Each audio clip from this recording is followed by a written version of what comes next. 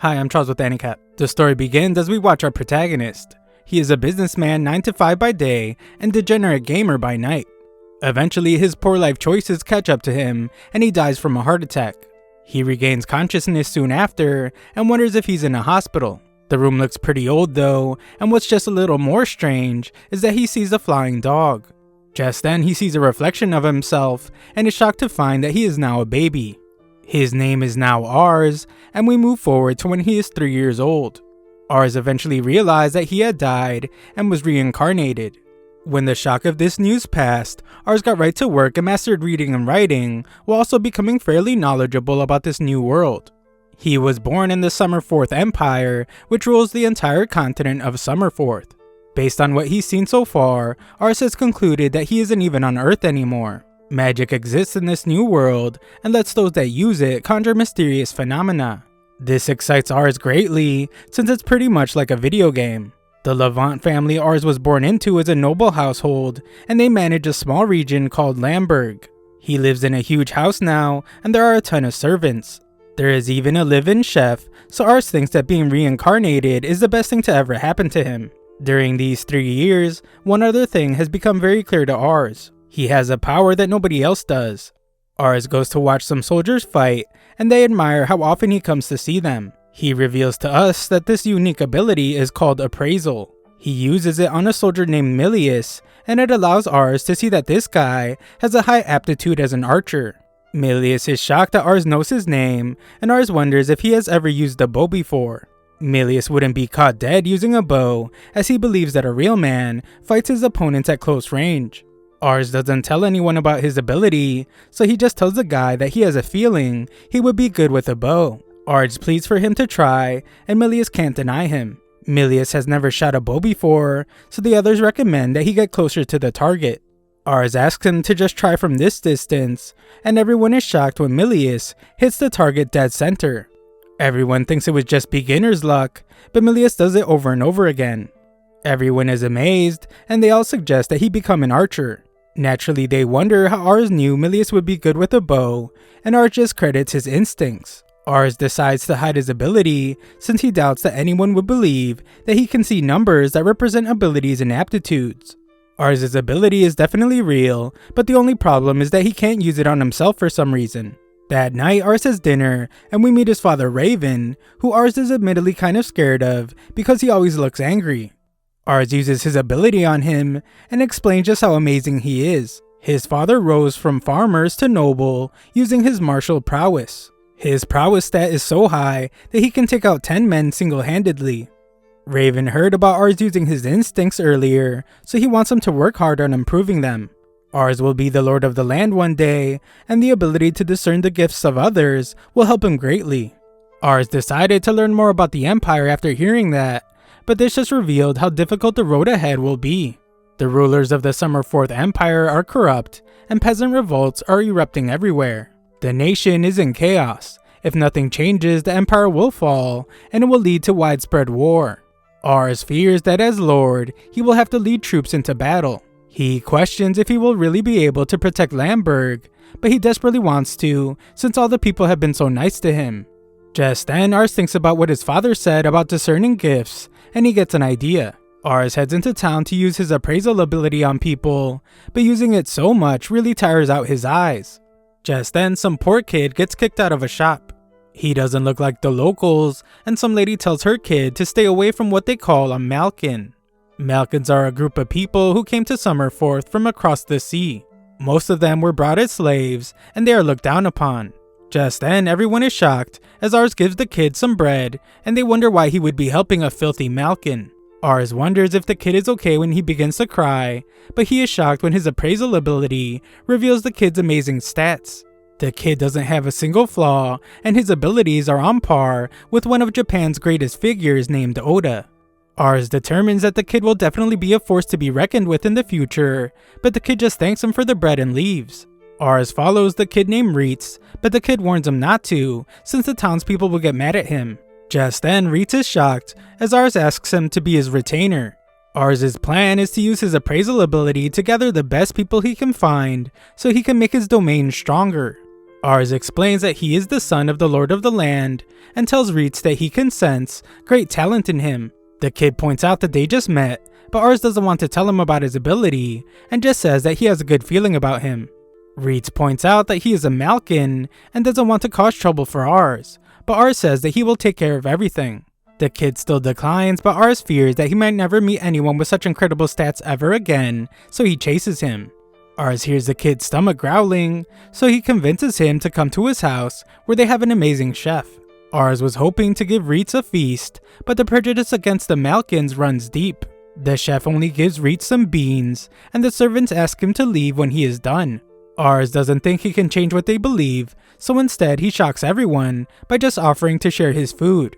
The servants try to stop him, but Ars silences them by pointing out that Reitz is his honored guest. They apologize and agree to give the kid more food. Reitz then explains that he used to be part of a mercenary group, but a lot of them died in battle and the rest of the group disbanded. He has been wandering around aimlessly because no one will hire a kid with no accomplishments to his name. Reitz was with his previous group his entire life, so Ars realizes how hard the disbanding must have been for him. The servants think that it's time for Reitz to leave, but Ars refuses to send him away and reveals that he's going to make Reitz his retainer. A servant thinks it's a terrible idea and warns that Ars' father will agree with him. He is correct, as Raven tells Ars that taking a Malkin as a retainer is an outrageously foolish idea. Ars explains that Reitz has incredible abilities, but Raven states that Malkins are overwhelmingly inferior to the people of Summerforth. He thinks it would be impossible for a Malkin to have incredible abilities, so Ars is disappointed that even his own father believes in the conventional wisdom about Malkins. Ars is sure that Reitz will become incredibly valuable for Lamberg's future, so he requests that they test Reitz's abilities to prove it. Ars reminds his father about his exceptional instincts, so Raven agrees to test the kid. If he proves himself to be talented, then Raven promises to employ him as a soldier. Starting as a soldier isn't as good as being Ars' retainer, but Ars is sure that Reitz will be able to make a name for himself very soon, considering just how amazing his stats are. Just then, Ars is shocked as Raven reveals that he will fight Reitz in a mock duel for the test. Reitz will only win if he defeats him. Ars points out that Reitz is only 14 years old and he is not sure if he will be able to win against Raven, as he was blessed with God-given skill in battle. Ars is still confident in Reitz, but the kid's prowess stat isn't as high as his father's. Raven explains that they won't fight on even footing and he will give Reitz a handicap. This sounds okay, so the guys agree. Before the fight, Reitz wonders if Ars is doing all this for a Malkin out of pity. Ars offers to call off the fight if Reitz doesn't want to be his retainer, but Reitz explains that he would be honored. It's the best offer he has ever received in his entire life, but it's just too unbelievable. Ars assures him by declaring that he needs Reitz. Ars will be the Lord of the Land one day, so when that time comes, he wants Reitz by his side. Reitz is inspired and promises to do his best. Outside, the other soldiers are shocked to see a Malkin. Raven instructs him to take a practice sword and explains that Reitz will win if he can land a blow against him before time runs out. Ars acknowledges that his father has the highest prowess stat in the land, but Reitz just needs to land one blow, so he might have a chance to win. The two fighters introduce themselves, and Raven tells Reitz to show him what he's got. The fight begins, and Reitz can immediately tell that even though they are just using practice swords, Raven will cut him in half if he lands an attack. Reitz is in awe when he sees how quickly Raven is able to follow up his own attack without losing any power. Raven pushes him back a bit, and Ars begins to lose hope as his father is just too powerful. The other soldiers know better though, as they are shocked by Reitz's performance. Even when Raven goes easy on them, they can barely hold on to their swords, let alone land a blow on Raven. However, this Malkin they are watching is actually keeping pace with Raven. That isn't all though, as they can tell that Raven isn't holding back and he is actually going all out. Reitz gets sent flying, and the soldiers determine that no matter how impressive the Malkin is, there is no way he can land a blow on the land's greatest swordsman. Time is running out, and Reitz remembers what Ars told him. Reitz once again declares that he will do his best, and Ars is surprised to see how much his expression has changed. Reitz moves in to attack, but Raven is able to predict his movements. Everyone is shocked though when Reitz nearly manages to land a blow, but Raven explains that the fight is over. Reitz sees that there is a bit of time left, but the fight is over for a different reason. Everyone is then shocked as they realize that Ritz's attack actually grazed Raven, and Raven declares that Ritz has won. Ars knew his friend was gifted, and Raven keeps his promise to allow Ritz to become a soldier. Raven then acknowledges that Ars was right. Raven is able to tell that Ritz has true talent as well, and predicts that he might become a top-class swordsman in the future. That isn't all though, as it's clear that Ars' ability to find talent is real, and it might even be an exceptional power of his own. Raven reveals that he feared how Ars would do in the chaotic future that lies ahead, but what he has seen recently makes him believe that Ars will become a great man.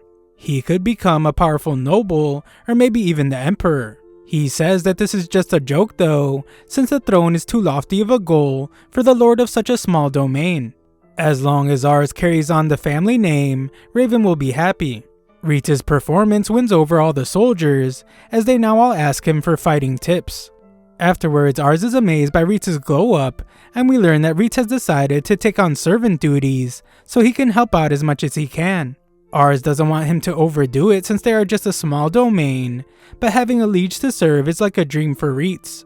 If it wasn't for Ars, Ritz is sure that he would have died in the streets, so he thanks his new friend.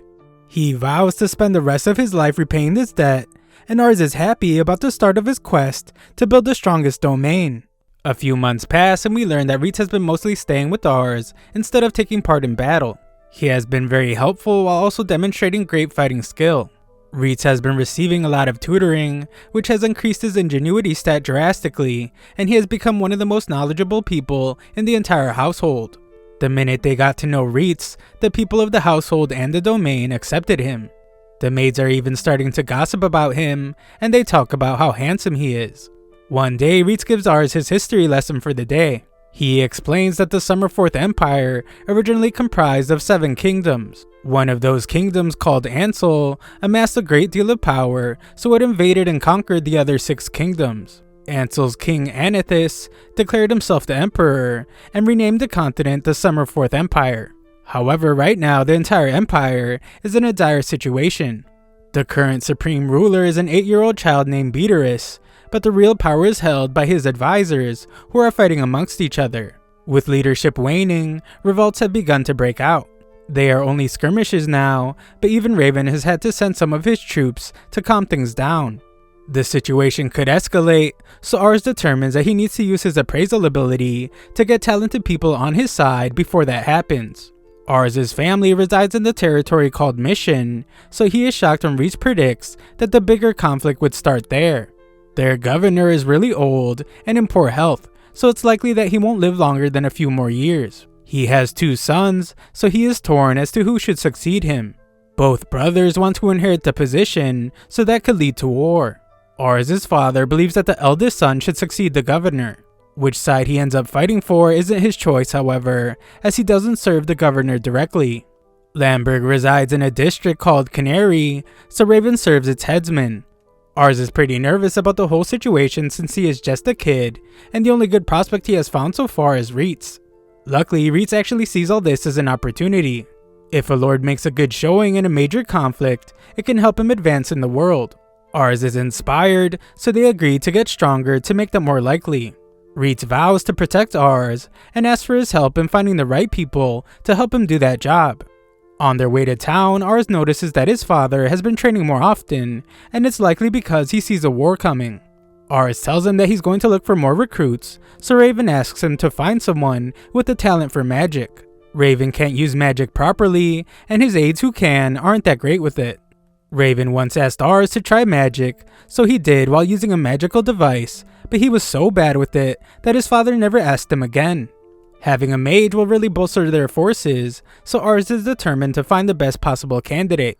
They arrive at the capital of the Canary district, where Ars is shocked to learn that there are 50,000 people living there. Everyone looks so wealthy, and Ars would like to provide this kind of life to the citizens of Lamberg one day. Ritz is sure that we'll find a good candidate with so many people there, but Ars uses his ability for a while and doesn't find anyone promising. Ars' ability shows him a person's stats in the form of numerical values and aptitude ranks. Their actual talent is based on a combination of the two. Having high stats without the right aptitude won't amount to much. Ars is disheartened when he can't find someone, but Ritz points out that there is no rush. Further exploring leads Ars to find an alleyway where people are living. He is shocked, so Reitz explains that where there are wealthy people, there will also be the poor. Oftentimes, prosperity breeds inequality. Reitz realizes that Ars saved him from this kind of life, but unfortunately there's nothing they can do for these people right now. Ars realizes that he was only looking at all the prosperity before and thought it was a good town. However, in his view, a good town is a place where even the less fortunate can make a life for themselves. Ars knows that he might be naive, but he wishes that he could find their next candidate among these less fortunate. Reitz doesn't think that he's naive at all, and Ars is shocked when he just says that he's proud to be his aide. Afterwards, they head to the largest market in town, where Ars is offered a dragon egg. Ars can't believe that dragons exist in this world, and the merchant sees how excited he is, so he offers to make the rare eggs 1 silver each. Ars eagerly reaches for his money, but Reitz is furious with the merchant. Ars is shocked, but Reitz knows that the guy illegally smuggled the eggs because trade has been frozen with the northern continent. The size of the eggs and the spots on them don't even look right, and what's even more suspicious is that this merchant has so many rare dragon eggs. Reitz has determined that they are actually giant lizard eggs, so he decides that this guy's punishment for humiliating Ars will be death. Ars begs him to stop, so Reitz apologizes for getting carried away. Ars fears that Reitz will act this way every time he gets tricked, so he decides to wise up quickly before he gets someone eliminated. The guys take a break to eat, but someone bumps into Ars when he tries to buy some candy. He is surprised when Reitz points out that they stole his money, so they chase after the person. This person is pretty fast, so it's hard to catch up to them, but Reitz pulls off their coat to reveal that it's a girl. The guys follow her into an alley where she is surrounded by some guys who start beating her up. Ars tells them to stop, so they try to attack him, but Reitz stops them and teaches them a little lesson. They run off, and Ars thinks his buddy is really cool. Ars checks the girl to see if she is okay, and he is shocked to see that she has an S-tier aptitude as a mage. That isn't all though, as her leadership has a potential to reach 92, and her prowess can get as high as 116. She is a very young girl, but her prowess rivals that of even Ars's father. Every stat not related to magic has a D for aptitude, but that's fine because she must possess incredible magic power already. Reitz tells her to give Ars his money back, but Ars interrupts to ask her to become his retainer. Reitz points out that she is a thief, but Ars reveals that she has incredible talent for magic, and he has never seen someone with such potential. The girl interrupts him to declare that she would rather end her own life than serve a child like Ars. Ars tries to tell her that she has incredible potential with magic, but she doesn't believe him as she has never used magic before. The clever kid approaches this from a different angle. Ars determines that she is a thief because she has had a rough life, so he explains that as his retainer, she will have a salary and be given meals regularly. The girl still refuses though, and just calls Ars a spoiled brat. She really hates nobles, as she wonders what right they have to look down upon others.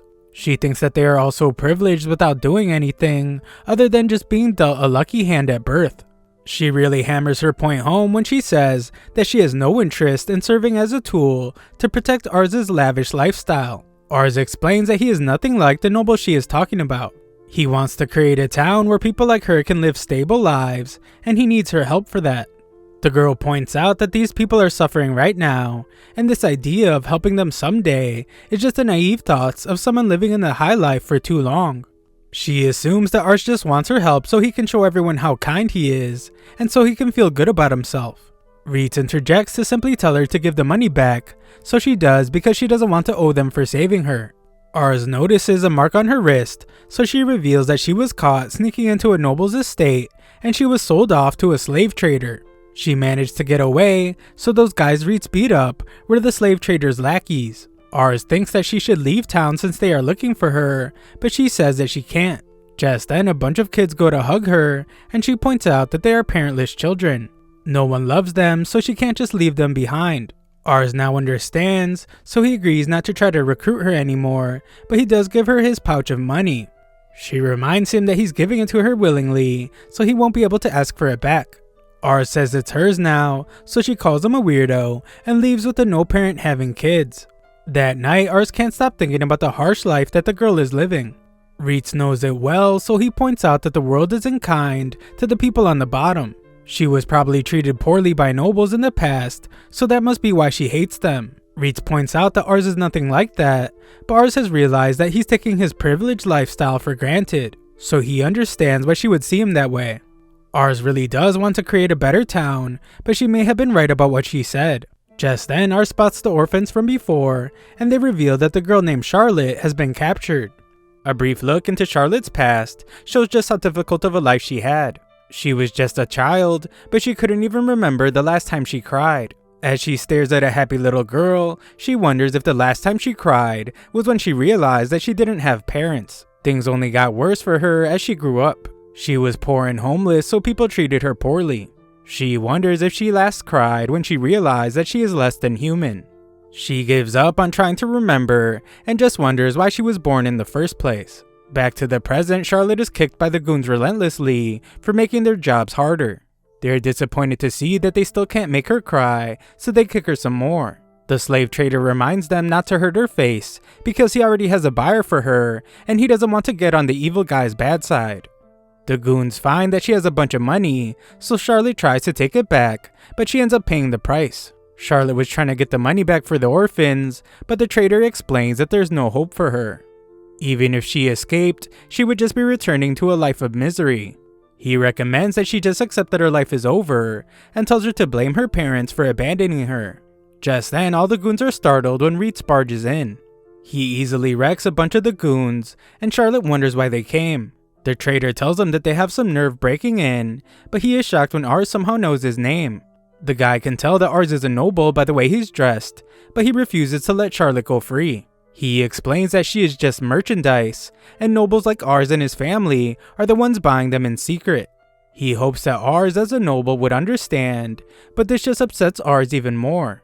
Charlotte wants Ars to stay out of this situation since he hardly knows her, but Ars has been thinking about something since they met.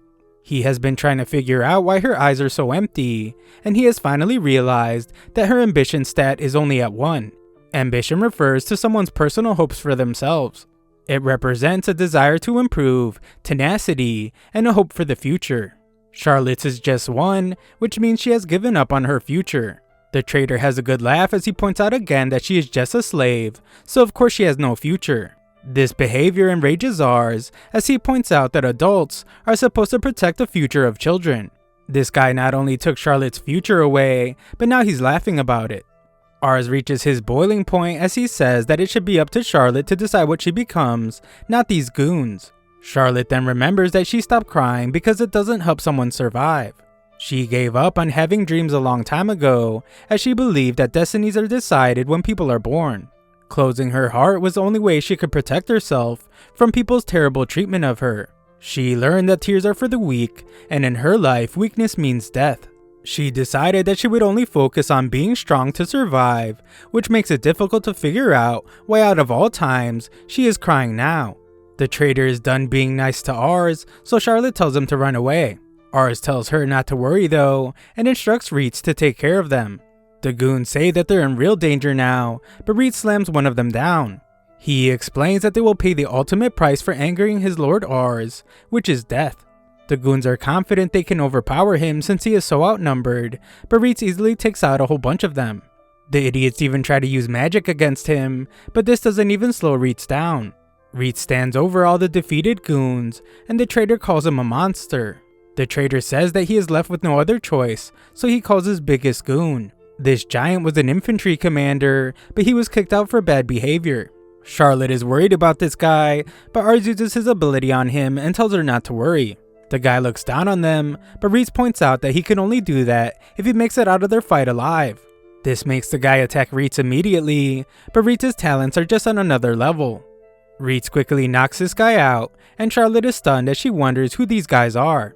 The trader just now explains that the headman of the Canary District approves of slave trade. Ars already knows, so he declares that he's simply going to buy Charlotte.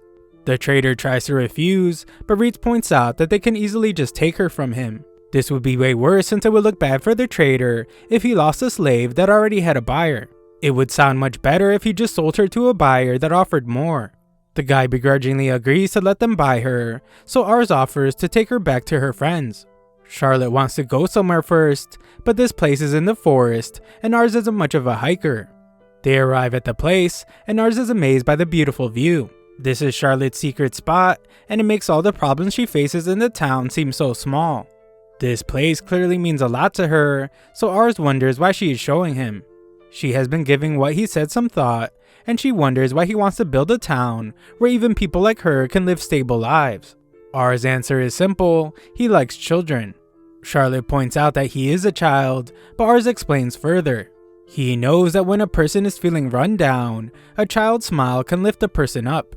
Ars believes that this is because a child's smile is so full of hope. Having hope means being excited for the future, and that excitement holds great power. Ars believes that smiles are infectious, and the enthusiasm that brings is what makes a city a better place.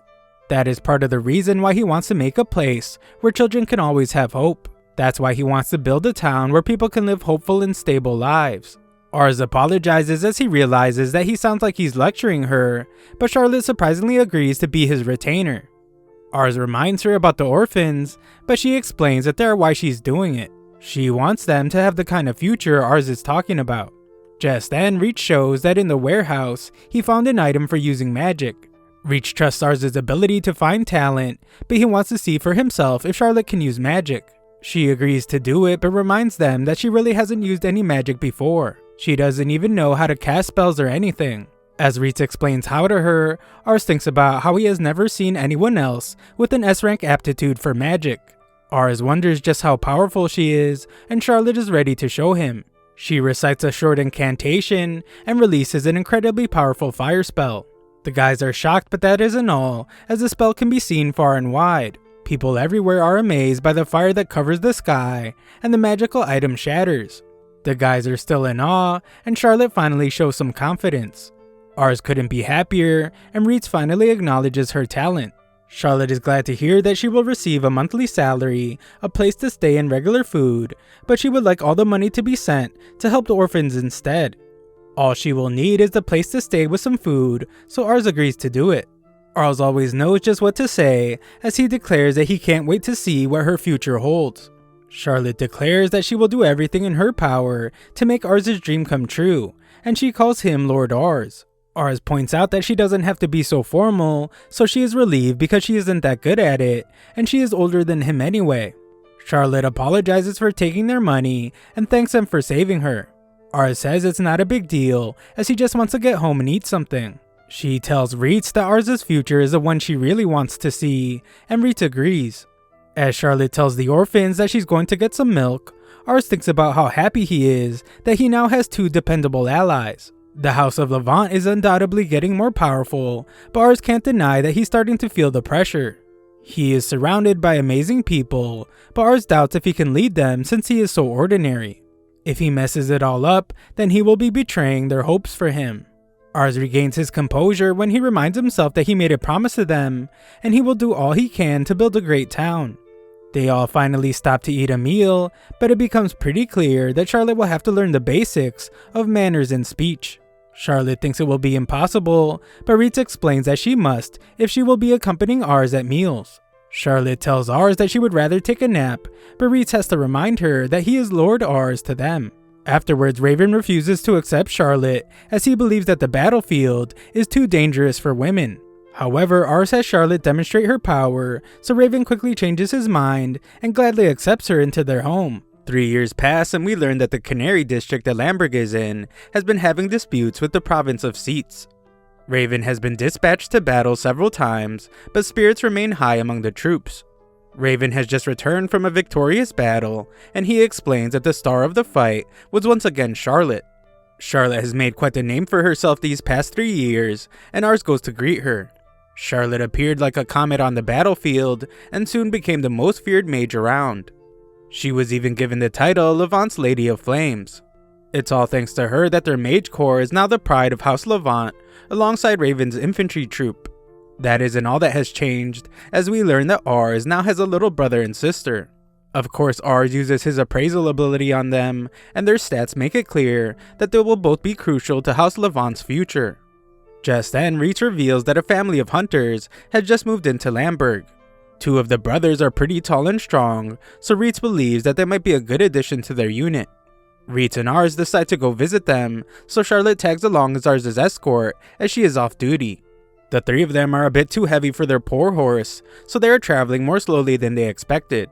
Reitz blames Charlotte for weighing them down, but she points out that she and Ars put together don't weigh as much as a single adult. Charlotte tells Reitz to just get off and run, so the two begin to argue about who will protect Ars. Just then, they are all impressed when two hunters take out a boar. Ars uses his appraisal ability and determines that the two of them must be the brothers they heard about. They have some pretty decent prowess stats of 67 and 65. The one named Gatos has A-rank potential for infantry, and the one named Marcus is A-ranked for archery. Ars reveals that he has a request for them, so they take our group to their house. Their father apologizes for not having better food, but our group thinks it's delicious. The meat they are eating is from the creature they just caught. Ars then explains that he would like to have Gatos and Marcus serve as soldiers for House Levant. Reitz explains that Ars has an eye for talent, and he sees a lot of potential in the brothers. The father is amazed by Ars since he is so mature for his age. Ars is very different from his third son named Russell, who's around the same age, but the father calls him inept. Just then, Charlotte rats out Russell, who's then caught trying to sneak out some food without greeting their guests. The father forces him to say hello, and they notice that the kid has a different hair color than the other brothers. Just then, Ars casually uses his appraisal ability, not expecting much, but he's utterly shocked when he sees this kid's ingenuity stat. It has a max potential of reaching 109, so Ars compares him to some legend. This kid could become a monster, and Ars doubts that he would find a higher stat in all the Summerforth Empire. His current stats are pretty low because he's only 5 years old, but with some training, he would make a great retainer. The father finishes scolding him, but he is shocked when Ars reveals that he wants Russell as a retainer as well. The father thinks the kid will just mess things up, but Ars insists. Russell assumes the worst when it comes to fighting, so he says heck no to the request because he doesn't want to die. Russell locks himself in his room, and Reitz can't help but compare it to when Charlotte rejected Ars. The father apologizes for the kid's timid behavior. He explains that his mother died 2 years ago, so he has been withdrawn ever since.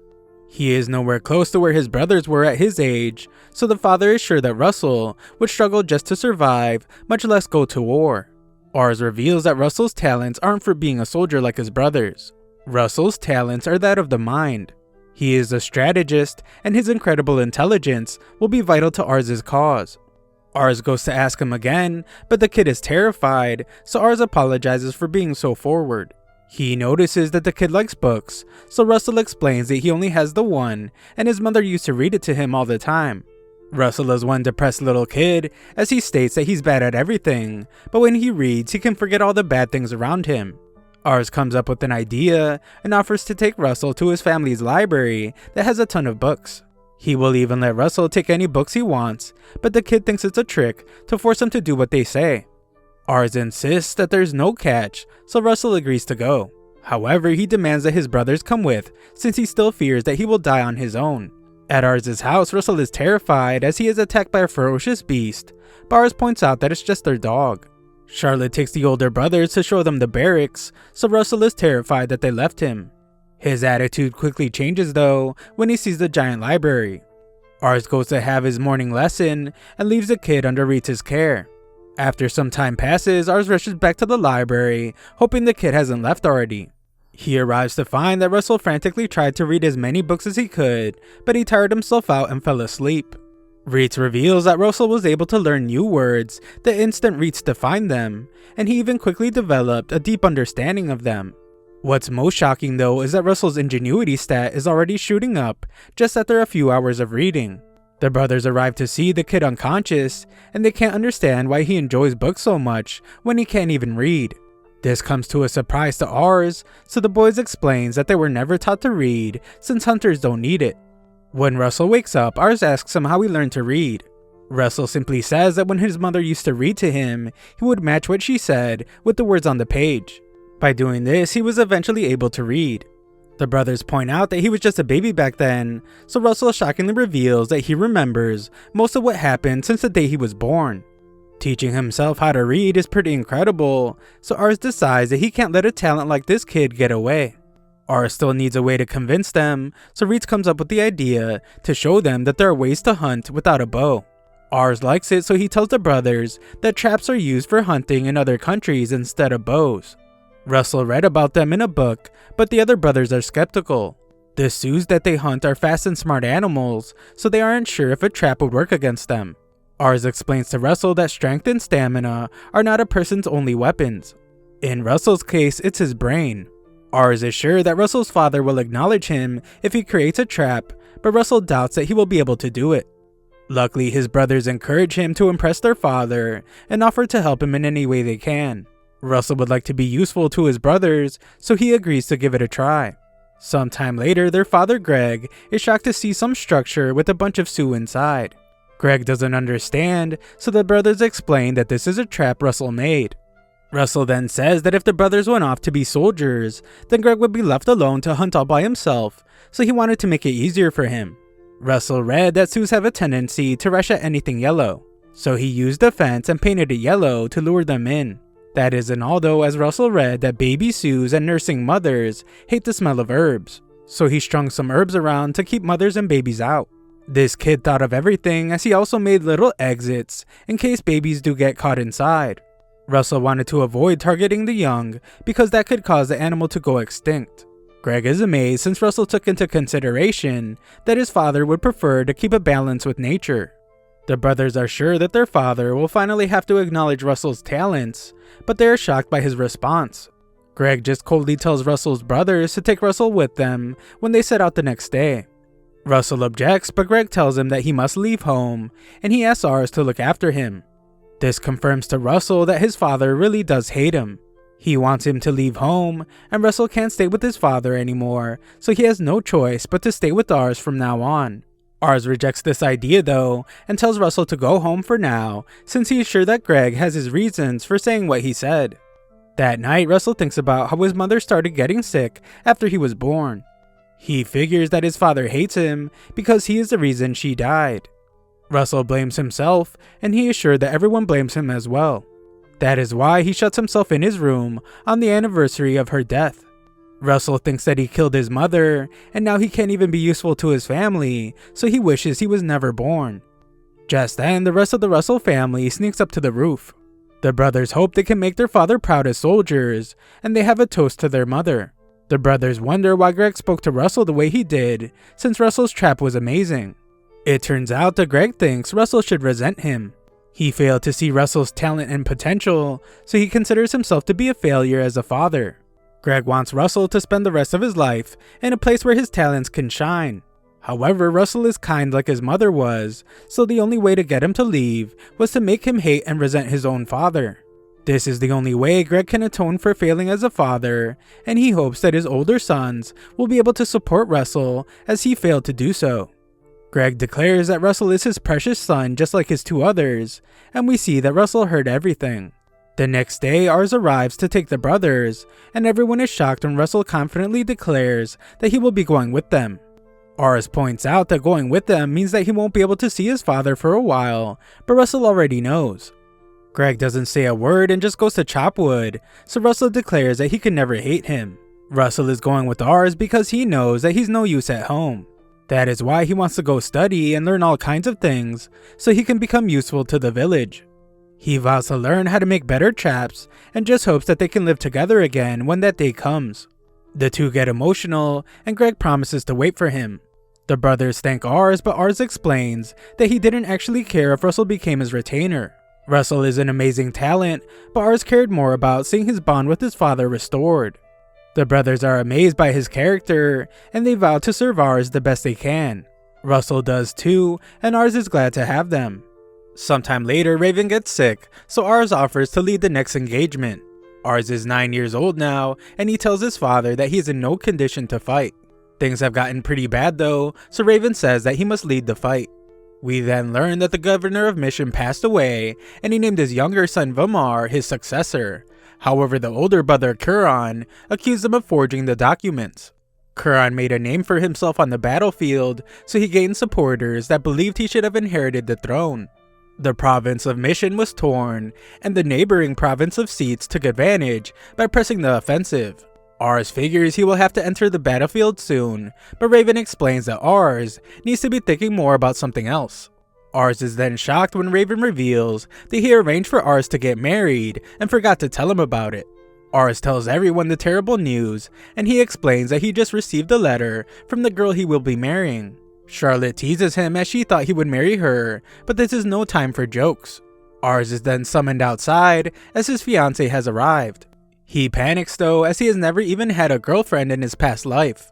The girl introduces herself as Leisha, and Ars can't believe that this girl is the one he will be marrying. He of course uses his appraisal ability on her, which shockingly reveals that she has a diplomacy of 100 and ambition of 80. This is pretty terrifying, and Ars can't understand how her ambition stat could be so high. It doesn't make sense because she seems so kind and gentle. Just then, Ars realizes that it could just be an act, and her ambition means she wants to take the throne from him. Raven is very sick, so Ars determines that he's the only one that can stop her evil plan. His staring makes her blush though, so Ars forgets everything he just thought about, and just thinks how adorable she is. Just then, Leisha's butler rudely points out that there's a Malkin there, but Leisha explains that he is Reitz. Tales of his battlefield exploits are legendary, so she forces her butler to apologize. Afterwards, Leisha is welcomed to the home and shows a lot of respect as she introduces herself to all the staff. While they eat, Leisha points out that Ars has some food on his face, and he realizes that she has been carrying the conversation. Ars is in awe of her because she is great at communication, quick-witted, and her etiquette is masterful. If it wasn't for his appraisal skill, Ars is sure that he would be head over heels by now. Ars wishes he could show her around Lamberg, but it's raining. He is then shocked when she says that the rain will stop, and it does. Ars wonders if she has some kind of ability to control the weather, but she explains that she was simply analyzing the movements of the clouds. Ars's retainers watch them, and Russell has a bad feeling about Leisha. Charlotte compliments his instincts, as she also has a feeling that the girl might be dangerous. Later, Ars takes Leisha around Lamberg, where everyone is delighted to meet his fiancée. They all want to celebrate, so Ars thinks about how he cannot tell them that Leisha might be a threat to their domain. An argument breaks out nearby, and Ars decides that as the next lord of this land, he should try to settle it. However, he is sure that if he fails, Leisha will use this as an opportunity to undermine his authority. Charlotte appears and offers to handle the situation with a magic attack. Leisha talks her out of it and is amazed by her because she is a fan of the famous mage. Russell's then disappointed when Charlotte seems to forget about her suspicions simply because of Leisha's flattery. Leisha offers to settle the argument, but would like for Ars to do her a favor if she is successful. She doesn't even tell him what the favor is though, and just goes to settle it. Leisha starts by introducing herself and explaining that she will be marrying Ars. She then offers to buy the materials that they were arguing over, since her country can't mine them on their own. On top of that, her country has a place to mine the actual materials one of the guys needed, so she offers to sell him some at a very reasonable price. This settles everything, and Leisha shockingly gives Ars all the credit for coming up with the idea. Like a good leader though, Ars gets over the shock quickly and instructs everyone to use contracts during negotiations moving forward in order to prevent problems like these. Leisha says it's not a big deal when Ars thanks her, and he realizes that her diplomacy really is next level. Afterwards, Charlotte admits that Leisha did a good job, but declares that she still doesn't accept her. Charlotte leaves annoyed by the whole marriage situation and leaves Ars in shock. Leisha then reveals that the favor she wants is for Ars to answer a question honestly. Ars assumes that she wants information for her devious plan, but he is shocked when she just wants to know what kind of person he likes. Ars assumes that it's an act and tries to figure out what she's really after. However, he realizes that she's just too smart and he won't be able to outthink her. Ars decides to just meet her head on and declares that he likes people who speak their minds and hide nothing from him. Ars expects a battle of wits, but Leisha just says that she will keep that in mind.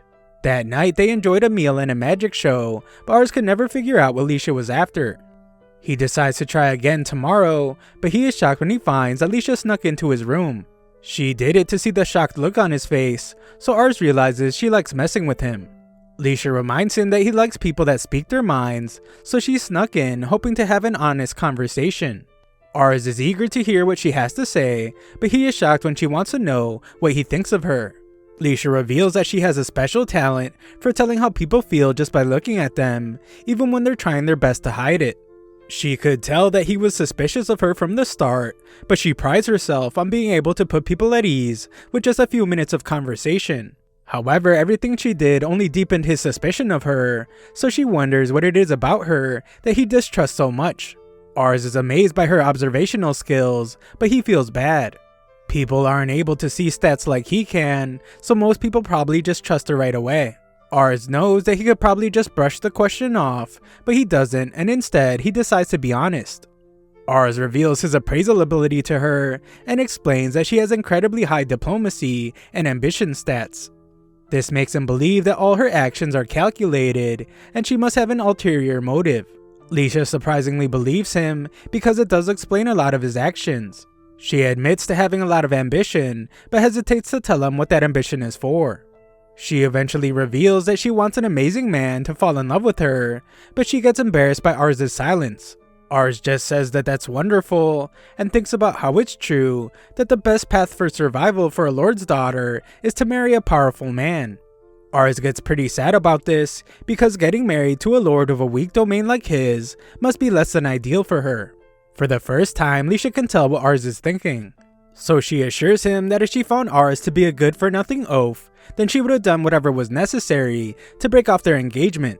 Spending time with Ars has changed her mind, so she does wish to marry him. The shocked Ars reminds her that his territory is small, but she is sure that that will change. She sees a lot of promise in Ars, but he just credits all the amazing people around him. That's exactly what she means. Everyone loves Ars for who he is, and he doesn't even have to try. This is very important in a good lord, and Leisha admits to loving him the same way everyone else does. In Ars' shock, he can only say thank you, and she leaves. Ars calls himself an idiot for the lame response, and thinks about how great it was that Leisha spoke her mind. Outside his room, Leisha is embarrassed about sneaking into a gentleman's room. She calls herself a fool for the utterly disgraceful behavior. However, this is the first time she has ever told anyone how she felt. On her way home, Leisha thinks about how the world of nobility is an awful place. Everyone lies and they don't hesitate to bring someone down to ensure their own position of power.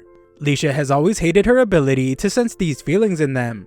However, Leisha discovered that if a strong man with political power falls in love with someone, then they can escape the awful place. She did not want to marry into the House of Levant because she wanted to marry into one much stronger. Her only goal with Ars was to leave a good impression, but she only made him suspicious. She could never tell what Ars was thinking, but one thing during her visit changed her mind about him. One day, Ars thought her feet would be hurting from walking around so much, so he got her something to help with any blisters. That was when she realized that his kindness is boundless and not tied to anyone's rank or position. The people of his domain treat him like family, so she wants to be part of that world. Not only that, but Ars also accepted her for who she is. Leisha now thanks God for her power, as she finally knows how to use it. She is sure that people will want to take advantage of Ars' kindness, which is why she wants to be by his side. If anyone tries to hinder the beautiful world he's building, then she vows to crush every single one of them. We then learn that Ars and Leisha have started sending letters to each other, and they discuss their last meeting. She reminded him that he never responded to her declaration of love, but she didn't want to push him. Instead, she declared that she would do her best to make him fall in love with her at first sight. Thanks for watching my recap. Sign up to my free newsletter if you want to show some support to the channel. Link is in the description.